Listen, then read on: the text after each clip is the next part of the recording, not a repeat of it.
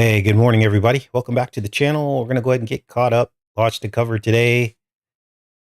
Getting down to the truth. Now, the jobs report just came out, and it's funny because Trump made some changes to who was in charge of the jobs report in anticipation of what he knew was going to happen.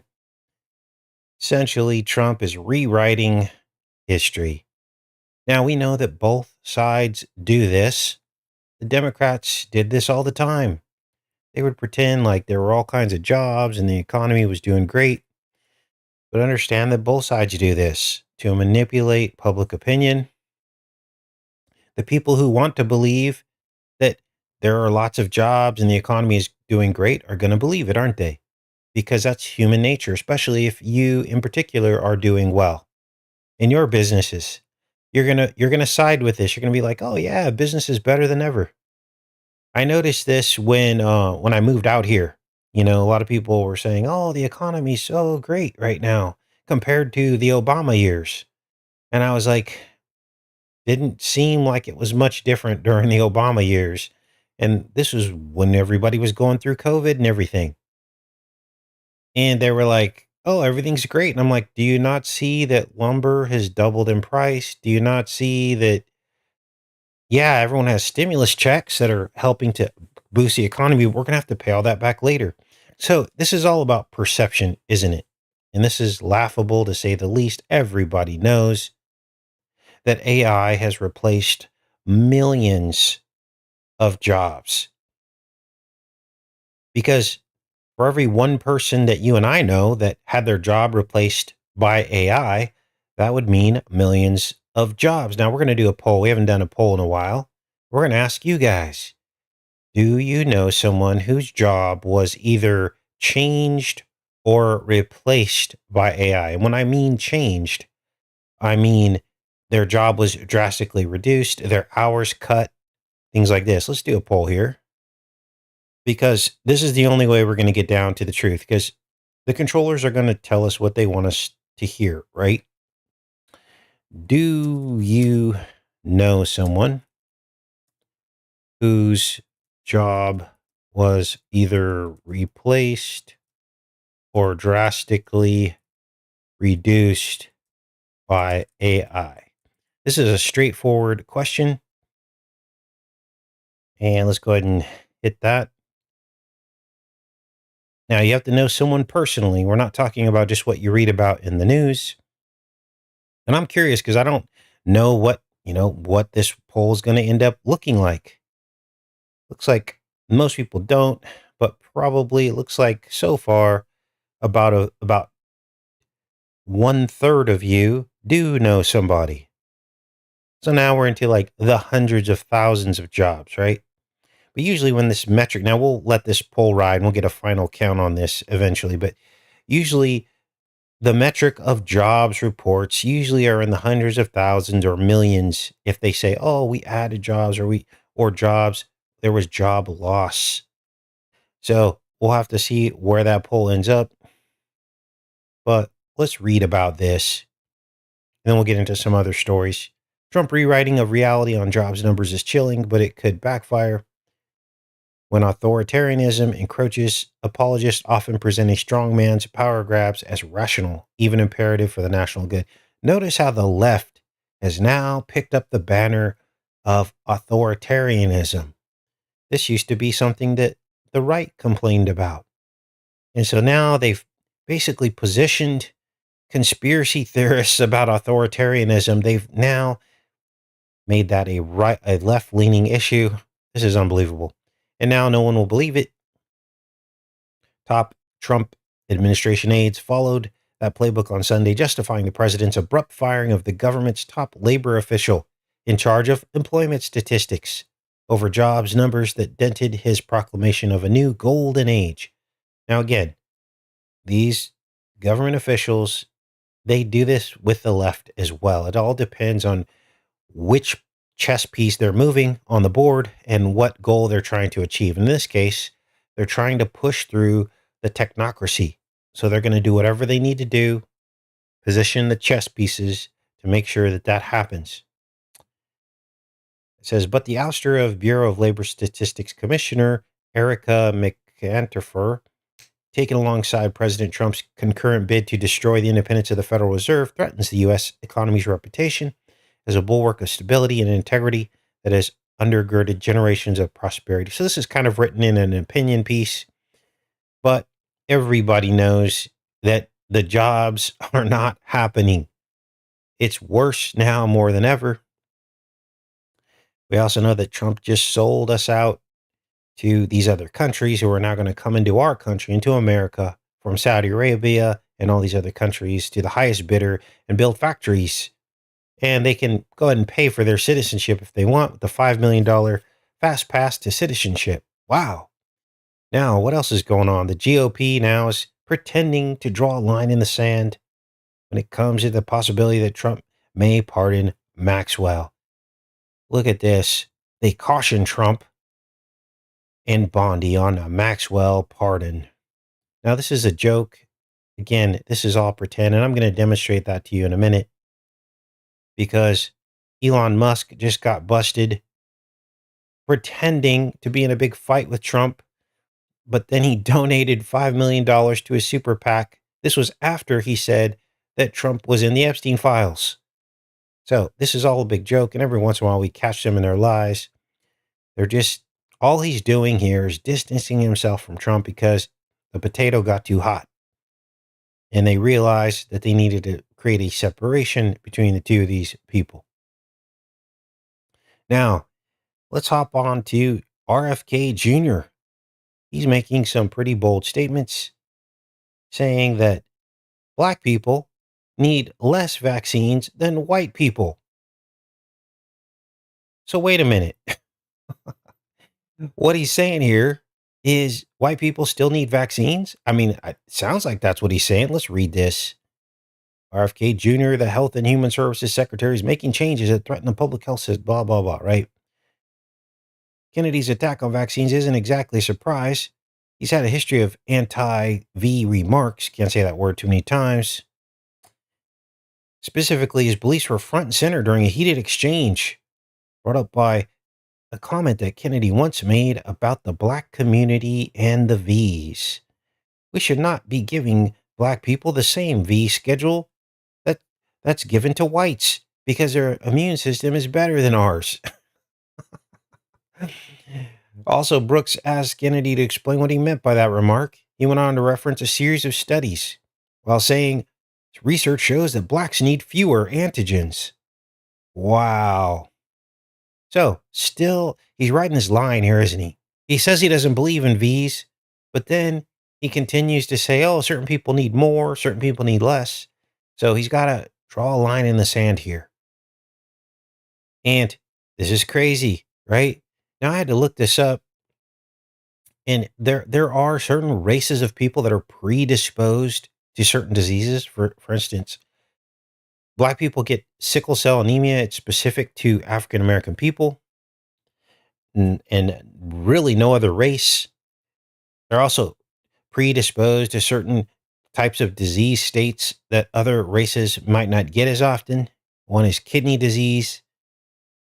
But they claim that you can't look at a person's DNA and even tell what race they are. Apparently, when you're looking on a DNA level, you cannot tell what a person's race is.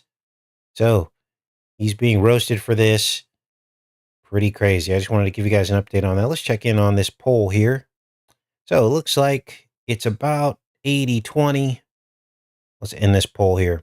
So 20% of you know someone whose job has been replaced or drastically reduced by artificial intelligence. That's probably, we're in the hundreds of thousands of jobs, maybe breaking 1 million, but that is still a lot of jobs being replaced by artificial intelligence. Wow. Now, what else do we have in here? Well, if you are only following the mainstream news, then you have not heard of what I'm going to show you next. Only a few truth channels are covering this, and I'm going to cover it today. The Sydney Harbour Bridge in Australia, there was a massive protest to side with the people of Gaza. Some estimates say 300,000 Australians were marching on this bridge. Let's take a look at some of these images and what you're going to look at all these people, you guys. Look at all these people. 300,000 people say stop the killing. And you have to ask yourself, where was this fervor when we had COVID?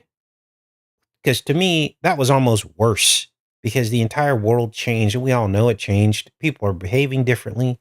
People are afraid. People got used to being alone and have really never snapped out of that. There's a lot of fear now associated with travel and all these things. The world has forever changed. Now, of course, genocide is worse, but it would have been nice because Australia got hit hard with that, didn't they? It was a totalitarian, and they had armed, officers forcing people to shut down their businesses and stay home. But it is good to see them out in protest for a good cause. Look at the size of this crowd, you guys. Whoa, 300,000 people in Australia. Now, I'm going to show you something because you're not even going to believe this. When you look at the news, click on the news tab, no mainstream people are covering this. Only The Guardian, Al Jazeera, Australian, I guess the Jerusalem Post, but you don't see any Fox News, you don't see any CNN, and that should tell you everything you need to know. Both sides of the aisle don't want to talk about this in America, but we just exposed it because you can do your own search. Here, let's refresh this just to see if anyone else. Nope. No Fox News, no CNN. Nobody's covering it except the one-off headlines. And we have copious amounts of pictures and videos on TikTok and all these places. So this is a story, but they don't want to touch this with a 10-foot pole because they already know what their agenda is going to be. Now let's check in with this. Have you guys heard about what's going on in Australia and all these people that showed up to the bridge? I don't know who organized this. I don't know what's behind it, but you guys, that's how almost more people that showed up to the crapper hole. Let's check in with you guys and we'll get into some of these other stories today. Good morning. Wow. Now, I don't know how I feel about protests. I've given you guys my opinions over the years. I don't feel like they really accomplish anything. And essentially, it's a setup. So they can do whatever they want. They could have blown the bridge, for instance, and blamed it on whoever. They can send in provocateurs. And when you put yourselves in a giant group like that, anything can happen, and kind of almost typically does. Last big example was the crapper hole. People went with good intentions, and then a few provocateurs derailed it, and now it went down in infamy, and then they ended up using it against us. So now anytime anyone wants to assemble in America, they always reference the crapper hole and what happened in the threat to democracy, right? So my opinion is you vote with your non-vote, essentially, with your non-participation in the system. Everything that they tell you to do that they think makes America great, or they claim it makes America great, you don't do it anymore. Let me give you an example because that kind of came out wrong. Okay, so basically, America tells you buy everything you want. Go fulfill all your dreams. Make as much money as you possibly can. Get the biggest house you can afford because the prosperity is going to last forever. Invest in America. Get a new car when you feel like it. You only need to have a car for about 2 or 3 years. And then that's old after that. And you just need a new car after that because you deserve it. And you should go out to eat 3 or 4 times a week if you can afford it. And you should go get entertained as much as you possibly can. If it was up to us, you'd be taking 2 to 3 trips a year and spending $10 to $15 to $20,000 of your income going on trips every year. And you should take your kids to Disneyland, and you should get all the streaming services because you deserve it, right? I'm just giving you a hyperbolized example. of what we're told and marketed to in America. Now, what would be the opposite of that? Well, the opposite of that would be I don't need your new cars. I want a car from the early 2000s or the 1980s that's not all computer chipped, that's more reliable, that's built better. I don't need a big old hunkin' house with a bunch of property because I'm just going to end up paying taxes forever and at the highest rate. I don't need to live near a giant city with all these resources and things to do because it's going to cost me way more. And my job is not going to last forever. The average job lasts 2 to 3 years and then they fire you and you got to scramble and find a new job. And I don't need all your entertainment unless I'm exposing the evil in the entertainment and how it's programming other people. And I don't want to go to Disneyland because it's a huge waste of money and all the food prices are inflated and the price of admission is inflated. And what else? Help me out here, you guys. But you get the drift, right? The opposite of what they tell you is sustainable. That's not sustainable to do it the way they're doing it. You're taking a huge risk. In fact, you're taking the most risk using their business plan. The real plan is sustainability, a long term future, structure, a foundation for sure things, dependability. That is the true American dream. Now, not everybody agrees with me about that. They think, oh, you're just being a downer. Look, I've lived both sides of this, you guys. I've lived the do it all, do it as much as you can, biggest house, biggest car, and nobody is happy. They just want more. And now I've done the opposite. Simple is better.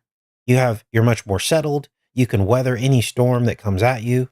You don't have to worry. You're not constantly worrying. You're not under the control of this job that might make you a lot of money, but it's only going to last 2 or 3 years.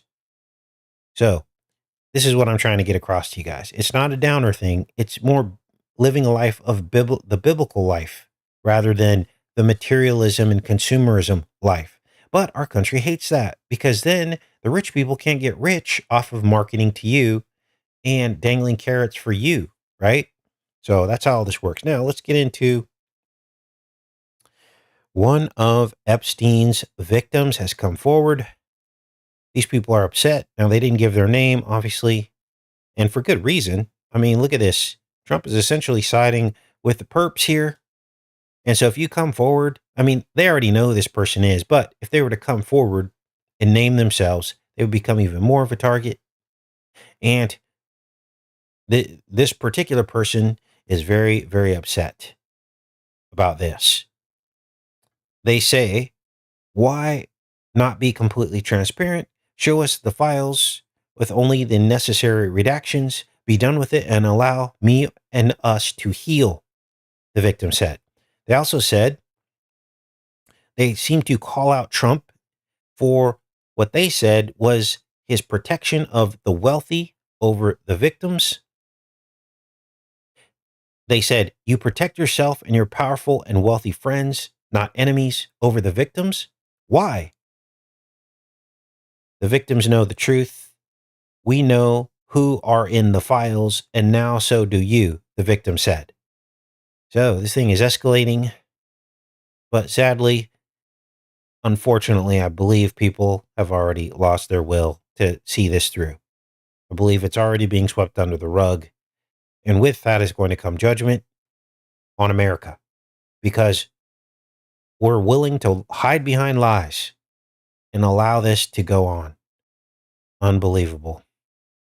Now, here's another aspect of the totalitarian regime. The cat is now out of the bag. And the intentions of Trump all along was to militarize our streets. It was the plan from the beginning. Now, channels like this tried to tell you about this, but people don't want to believe it. New Hegseth leak reveals secret plan for years of troops on U.S. streets. Department of Homeland Security is looking to boost its deployment of the military on the streets of the U.S. in order to help carry out Donald Trump's immigration policies, according to a leaked memo written by Defense Secretary Pete Hegseth's brother. Now, of course, they leaked this memo on purpose again. They leak the truth so that when people accept it, that's their green light to continue to move forward. It's almost like they're looking for a reaction to see if people are going to oppose this. And they go, hey, we told you, we told you. And then when you've got armed military busting down Americans' doors at some point, they will just say, well, we already said this was happening and you guys didn't do anything then. And then they'll just pick us off one by one. The document obtained by the New Republic details plans for how the Trump administration could use the military to assist with domestic law enforcement as part of the mass deportation agenda for years to come. For years to come. This isn't going away. The letter from Phil Hegseth, younger brother of the defense secretary, pushed for the move despite admitting the deployment of thousands of National Guard troops and U.S. Marines to L.A. amid the anti-ICE protests was not perfect. Its leak is the latest to begall the leak-prone Pentagon, where a paranoid Hegseth has been making aides and even generals take polygraphs to work out who is revealing his secrets. Wow, this sounds like Russia. Unbelievable. So, here we are, you guys. This isn't going away. This will be America now with military. And, oh, they're going after illegals. But how long are they going to be able to use that excuse? Wow. Now, along with the bad, we got to cover the good. Trump is claiming to go after drug makers and basically telling them that our drug prices in the U.S. need to be the cheapest in the world. He's giving them 60 days. Now, if in case you didn't know this, if you haven't been following the way that drugs work and drug costs, apparently the U.S. was paying the highest. Even though we make a lot of these drugs, we were paying the highest in the world because it's capitalist economy, right? Whatever countries can afford it, they just jack the price up. And wherever the demand is, they jack the price up. That is economics 101. Well, apparently Trump has gotten called out on this, and now he says he's going to make a change. Now, a lot of presidents have promised to lower drug prices. There's the infamous Obama, right? Obamacare. Oh, Obamacare is going to lower drug prices, remember? But we also remember Bush before him was saying similar things, saying he was going to get drug prices lowered. None of that ever happened. But the question is, can Trump get it done? I really hope he can. Now, I don't take any prescription medications, but I know a lot of you do. Some of you have diabetes. Some of you have things where you absolutely need medication. So this would be a good thing for you, wouldn't it? Now, on the other end, Trump is slashing Medicare and Medicaid. So obviously that's a problem. So you might be robbing Peter to pay Paul, right? So even if you do get a cut in your medication costs, you might have gotten cut for your Medicare benefits or forced to go back to work if you're someone who previously wasn't able to work. These are some of the changes that Trump has made. So there were 17 letters sent out. That's so funny because 17 is letter Q, right? And they went out to Eli Lilly, GlaxoSmithKline, Pfizer, Merck, Johnson, Amgen, Novo Nordisk, and Novartis. And let's see what their response is to this. Novo Nordisk said the company remains focused on improving patient access and affordability. Will continue to work to find solutions that help people access the medication they need. Eli Lilly was still reviewing the letter. So this is going to, if this pushes through, this will go deep into the pockets of pharma, which they deserve that because they're already making money hand over fist on these drug costs. Wow. So we'll follow that story as it develops as well. Now, let's get into these starfish. Some of you tuned in for that. I remember way back when I started this channel, I was still living in California at the time in 2012, and Fukushima had just happened. And I used to fish a lot back then on the central coast of California, and there was a noticeable decline in the starfish. You used to be able to stand on the dock and look down and see starfish all over the pier and things down in the water. But then all of a sudden, it was as if almost every single starfish died. It was rare to actually see a starfish at one point. Now you got to remember the tide pools were like my second home. I would sit there all day throwing out squid and catching rockfish out of the tide pools. And so I would notice something like this. So back then, though, I remember talking to my friends who I used to fish with, and we were like looking in the news, like what's going on with the starfish. And it was like everybody was asleep. Nobody wanted to admit that something was wrong.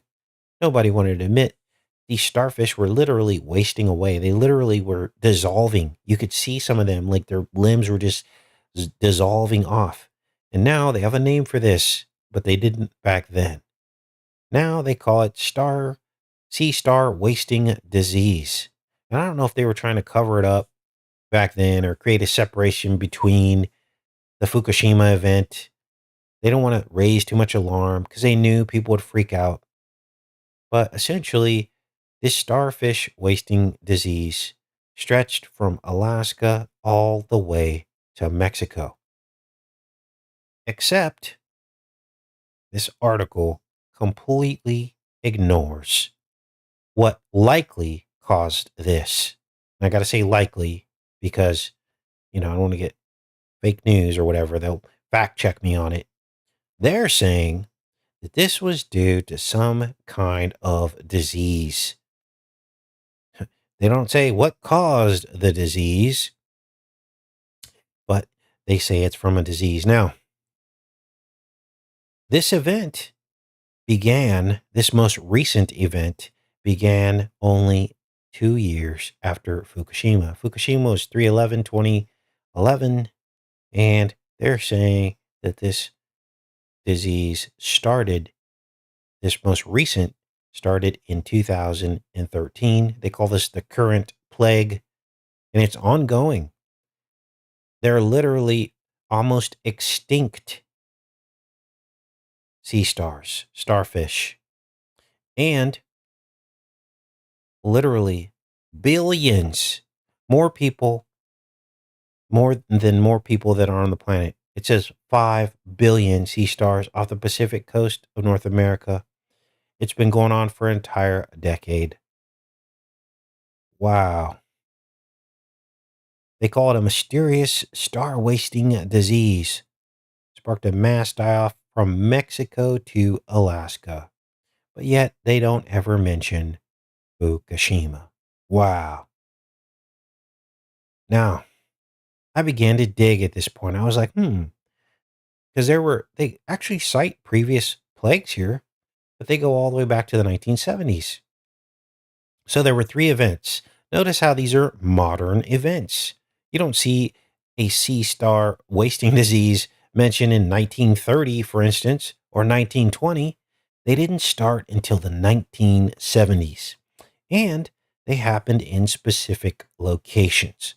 This is where we get into, truth and activism and our own research, because oftentimes the mainstream media is not going to put the puzzle pieces together for you because they want to cover it up. But this is what I found, you guys. And I had to make sure and screenshot this because oftentimes when you do searches and you go back to that page, it will literally change the search to hide what you just found, right? The AI is now self aware. It's smart. It knows when someone's trying to expose something, and it literally steals it right back out of your search. And I'm sure you guys have experienced this as well. It's nothing new, but let's start with this 1972 plague. Now, this one happened off the east coast of the US. So I did a simple search. I was like, were there any nuclear disasters? Were there anything going on where there was nuclear waste put out into the water off the east coast of America? Was there any of this stuff happening in the 1970s that could have caused this? And absolutely there was. Let's pull that up. Here it is. Wow. East Coast specific activities and concerns. In the 1970s, research was conducted to assess the conditions of water containing deep water sites off the Atlantic East Coast. Scientists found that small quantities of plutonium and cesium had leached from some barrels located off the coast. Ocean dumping of radioactive waste is now banned by international treaties and is not considered a viable disposable method, but it was in the 1970s. While some leakage has been detected, the overall environmental impact from the past low-level radioactive waste dumping is considered negligible. maybe not so negligible, right? Now, there was a second event, 1978 plague of dying sea stars. This was time in the Gulf of California. So I looked that up, see if there was anything going on in the Gulf of California in the 1970s preceding this mass starfish die off event. And look at this. Now, these are screenshots of the previous searches because, as I said, when you go back to the search page, it will change the information on you. Limited information on the Gulf of California. While ocean dumping was widespread off the U.S. Pacific coast, there's no specific mention of extensive nuclear waste dumping in the Gulf of California during the 1970s in these search results. However, it's possible that some dumping may have occurred in the southernmost parts of the designated dump sites near the coast of Mexico. That would be Gulf of Mexico. The practice of ocean dumping changed with the implementation of the 1972 Marine Protection Research and Sanctuaries Act, severely restricted what could be disposed of at sea. The EPA permit program for ocean dumping became effective in April 1973. In conclusion, while there are significant radioactive waste dumping activities in the eastern Pacific off the coast of California during the period leading up to the 1970s, the provided search results do not indicate extensive nuclear waste dumping specifically within the Gulf of California during that decade. So they're saying it could have happened in the southernmost part, but they're not going to show you the proof. So we have some connections here, don't we? And then we fast forward to the current plague, which started in 2013. It killed 5 billion sea stars. Unbelievable. I'll put links to all this stuff for you guys, but I thought this was interesting to say the least. And this is not to mention, you know, what kind of nuclear tests they could have been doing because they used to do those in the ocean as well. A lot of that happened way back in the 50s and 60s, usually down in the South Pacific. But needless to say, some of this could have been going on in the 1970s. To me, I think it's more nuclear waste that could have been connected to this. But wow, that's crazy, right? Now, let me go back into the chat. I didn't have a whole lot for you guys today, but I wanted to show you all of that and get caught up on that. Good morning. My brother lives on Huntington Beach. He says most of the seagulls are gone. Wow.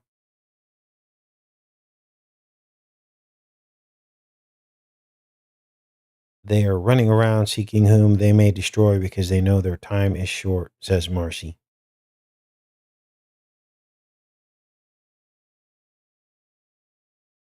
Mouth over city of Melbourne, Victoria, and its eye over township of. Oh, you must have found something from Google Earth, it sounds like.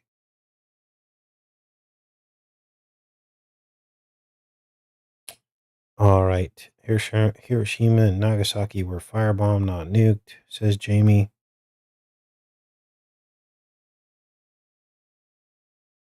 Okay. What else is going on, you guys? Good morning. Heck, I remember. So I went to middle school in a little town called Woodbridge, California, and I guess it was part of the Delta, but I remember seagulls coming in all the way inland that far because they used to eat our sandwiches at lunch. So, I mean, I guess it's part of the Delta, so I can imagine a seagull would be coming in that far, but it didn't seem like we were close to the coast living in that little town. So it was like weird to see a seagull, you know? So,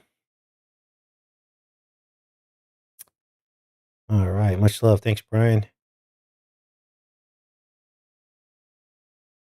It's about DNA gene editing, says April.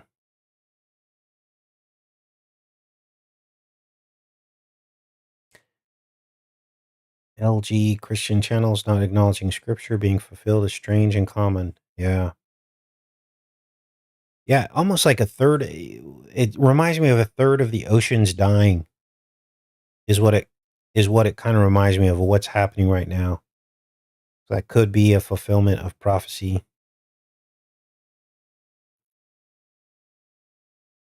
Satellite map of Australia sideways, with New South Wales being at the top of the screen. Zoom in up in. I can't read that. It went by too fast. Sorry. A lot of seagulls around New Orleans. They're practically anywhere around waterways and large lakes. Thanks, Tony. Protect your DNA, y'all. Absolutely. In the Wall-E movie, all the characters were all blue until they woke up and they turned into red outfits. Yeah, that's a good catch. Wow, I forgot that part. Remember, yeah, they had those uniforms. Their uniforms, they could switch them to blue. And they said blue is the new red or something like that. Yeah, cicadas are in full force in Michigan. There's quite a few here as well. You hear them mostly at night.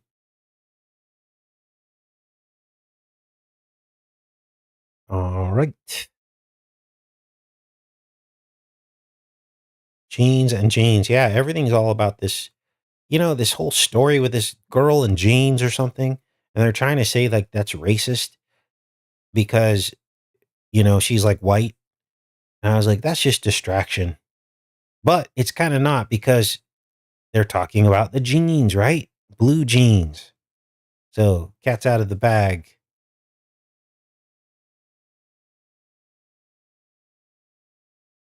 Dozens of farms either shut down or not bringing produce to market this fall. Yep.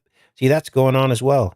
So when Trump's talking about the economy, well, they've just gone through and rooted out all of these. They're illegals, but then they're also legal people working here legally. And Trump changed their status to illegal because, it's the government. They can do that.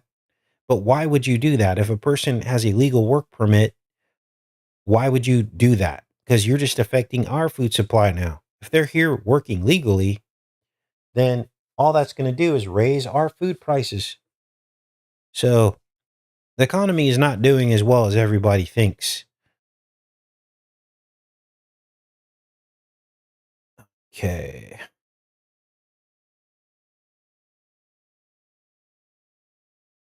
Well, what else is going on, you guys? Oh, did you guys hear about the blue-blooded pigs? What a story. All right, let's look it up. I wasn't going to report on that, but it did show up in the news today. Oh boy. Oh, had blue flesh. Let's see if it shows up here. Blue tinged meat. Okay, so this was in California, and the cover story is that the pigs, remember, the pigs are unclean. Jesus sent the evil spirits into the pigs. So there's a blue blood connection there, isn't there? Unclean blue bloods. Well, they've now found pigs with blue flesh. Now the cover story is that the reason why their flesh was blue was because they ate rodenticide. So they either ate some baits that were put out to kill rats, which is crazy because you would think if that was the case that they would have died, right? Because it's a blood thinner. But instead, it turned them blue. Let's see if this will play for us. It was a pack. It was a pack of pigs here last night, whether you want to call them wild. Wait. That was hilarious. Wait, it was a pack of pigs. Let's keep listening here. Wild boars or hogs or feral pigs, whatever they were. There were about 20 to 30 of them here at Riverside Park. Take a look. This was the scene last night as these prolific packs of pigs were roaming around the grounds here. They basically... Wow, there's a lot of peas. Prolific pack of pigs. PPP. Wonder what that means. Keep watching. Showed up to eat. They were chowing down. You had mama pigs, daddy pigs, baby pigs. They were all tearing up the grass here looking for food. And of course, as you mentioned, this is not the first time. Wild pigs have become quite a problem in this area for years now. They make their way from the Santa Ana River bottom over to parks and even residential lawns, and they tear up the grass. They dig it up. You guys, I had never heard of pigs in California, wild pigs. I mean, maybe I was just not in that world at the time, but this used to be something that you saw or heard about in Texas. looking for food all along the way. So back in 2004, a pig management plan was set up that actually allows hunting and trapping of these creatures. In fact, the state and federal authorities, it got so bad out in the Midwest, they even allowed aerial hunting of these wild pigs just to contain the environmental damage from these animals. Excuse me. But back out here live, as you can see, this morning here in the park, no Wait, what is she? She's not even talking about the blue pigs. We're going to have to read the article here. It says here, State Department of Fish and Wildlife said a wildlife trapper reported discovering the dyed tissue in wild pigs caught in Monterey County back in March. According to lab tests, the pigs had ingested anticoagulant rodenticide, a rat poison. The pesticide was discovered in their stomachs and livers. Wow. Officials said the pigs can be inadvertently exposed to rodenticides either by eating rodenticide bait or by eating other animals that have ingested rodenticides. Something doesn't track here. How could that turn the meat blue? That doesn't even track for me. But that's the story, you guys. Spooky.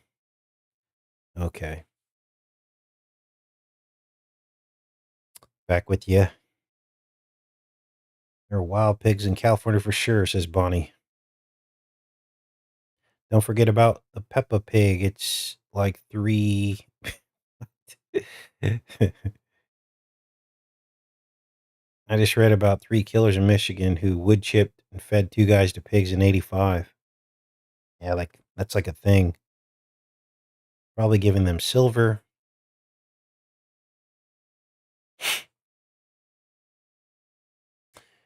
Kerry had to put $35,000 on a roof and $24,000 with the Orkin Man. 3 cars, all over 20 years old, but they're maintained, should last a lot longer. Yeah, so what they're doing, since you guys, home ownership is now expensive. It's like it's unsustainable. No one can afford that much. It's insane. But now, because they can't get their money out of people a different way, they've just upped the price to maintain a home now. So that's a lot of money.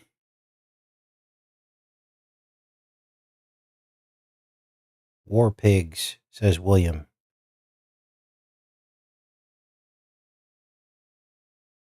It does sound ridiculous, right, Lorraine? Oregon has made it legal to use human bodies as fertilizer. I think I heard about that. I was watching a channel that I actually used to like, and they took the placenta of their child and buried it under a tree, and they called it a placenta tree. So now this is a thing. See, all of this is gradualism. It's gradualism to get people to partake in like some of these pagan practices. Because the whole thing is, animals eat their placenta. So essentially, that's the segue, right? So you're not really eating it, but you kind of are, because the fruit that's coming off of the tree is grown out of the DNA of the placenta, right? I thought that was really weird when I saw that. It's like it never fails. You start watching a random YouTube channel and, they seem all innocent. Everything seems great. All of a sudden you see this paganism creeping into it. And it's like every single time. It's almost like they got a memo saying, hey, in order for you to continue to be successful, you've got to start doing this and this. I just thought it was bizarre. You guys probably know the channel that I'm talking about. It's a very popular channel. They get like millions of views. They're like, they started out as homesteaders, but now they've got like a McMansion. Yeah, they're desensitizing people to these practices. Pretty soon, it will be normal for mothers to eat their placentas. They'll say, oh, it's got vitamins in it. Now, I can understand keeping the placenta, as like some kind of memento. Even that's kind of gross. But like, yeah, that's essentially cannibalism, right? So pigs and humans are similar DNA. That's why they're used for transplants. Yes. Thomas has not seen the starfish and the tide pools in a while. But I used to see them all the time in Crystal Cove and Cabrillo Beach. Okay. Yeah, and then what happens is it's trends. So they probably saw that somewhere. They probably saw someone plant a placenta under a fruit tree, right? And the crazy thing is, yes, a placenta is a tree, essentially. It's a human tree, is what it is. We've done research on this, haven't we? We compared the womb to the inner eye, your eyeball, and the anatomy is almost identical, except the placenta becomes the retina in the human eye. We covered a lot of that during our body code series. But that doesn't mean that you bury the placenta under a tree, basically eating it.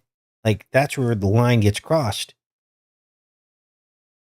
Yes, they're trying to turn humans animalistic. How about a nice placenta sandwich, says Visionary Vet, right? Alfredo says you'd be surprised to find the source of your medicines. Yeah. A lot of them, like the weight loss medicines, come from lizards. Disgusting. All right, you guys. I guess we're going to pop off here. Thanks. And yeah, Jamie, the body code series, go onto the playlists here on the channel. And I've got a whole playlist on the body code. That's a lot of you guys' favorite work from this channel is the body code. I think I put it all together in one long documentary. So that way you don't have to flip through all the different videos. You can find that 3-hour video. That's the one you probably want to watch. So I love each and every one of you, and I hope you guys have a great rest of your day, and I'll see you tomorrow. Much love.